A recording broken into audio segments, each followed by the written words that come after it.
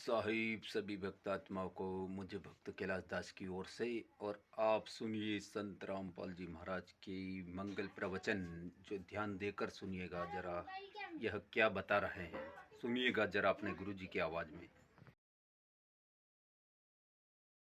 आप जिसको यहाँ बरवाला में ये मंत्र मिला उसके लिए तो बरवाला है अमरधाम, और यहाँ बरवाला में ये दास हो नहीं और यहाँ कोई भी नहीं हो और यू खाली पड़ा हुआ आश्रम। अब जैसे किसी ने क्रोथा आश्रम में नाम लिया था, उसके लिए क्रोथा है आश्रम अमरधाम अमरनाथ।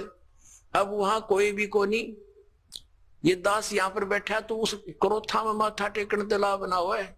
ये तो इस दास के वचन यहाँ सुनेंगे, सत्संग सुनेंगे, आशीर्वाद पाओगे तो यही लाभ होगा उसे।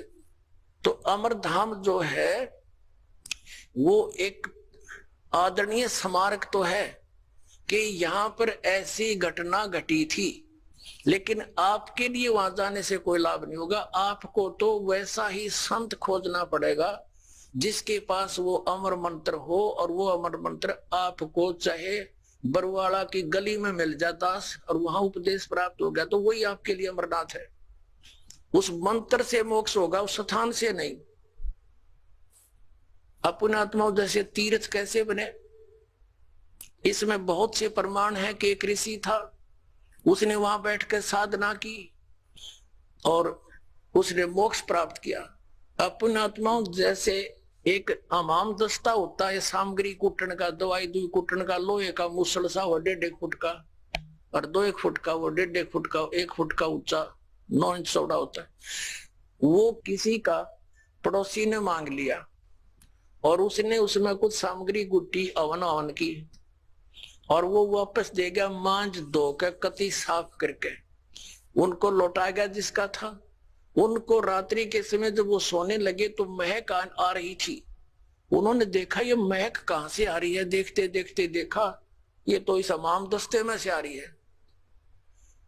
तो उन्हें देखा हो इसको तो पड़ोसी ले गया था मांग के, उसने कोई सामग्री कूटी है।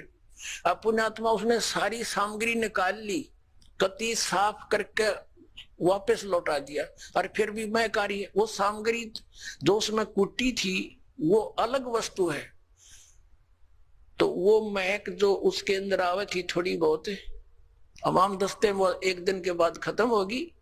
अब ये तीर्थ एक अमाम दस्ता समझो, और जैसे उस ऋषि ने उसमें सामग्री कूटी, यानी वो साधना वहां बैठकर की, वो सारी कमाई लेकर अपने उस धाम को चला गया जहां उसने उस साधना से जाना था। वो तीर्थ तो एक अमाम दस्ता है। उड़े 1-2 महीने 1-2 साल उसमें महक सी आवे, क्योंकि जहां संत ने साधना की होती है कुछ देर राहत मिलती है, लेकिन वो सामग्री वाला काम नहीं हो सकता। अब जैसे वो इतनी सामग्री कूटनी पड़ेगी उसमें महक अच्छी रोज लेने के लिए, यानी सत्य साधना आप कहीं बैठ कर कर लो जैसे उस ऋषि ने की। आप अपने घर पे करोगे आपके लिए वो तीर्थ आपका घर है, ना कि वो स्थान जहां पर किसी अन्य ने साधना की। वहां देखने जाने से हमें क्या लाभ होगा। जैसे ये दास पहले नगर नगर में सत्संग करने लगा, तो जहां किसी ने सत्संग सुना, उपदेश ले लिया, और वहां हम भट्ठी बना करके खीर बनाते, हलवा बनाते, सब्जी बनाते थे, और वहां से हम अगले शहर में चले गए। और फिर कोई व्यक्ति ये बताने किसी को साथ लेकर जावे कि देखो यहाँ महाराज रामपाल का सत्संग हुआ था, यहाँ खीर बनी थी, यहाँ हलवा बना था, यहाँ बैठकर खावे थे। बुआ ना तो रामपाल वहां पर, ना वहां पर खीर ना हलवा, वो तो सूखी भट्ठी दिखानी है।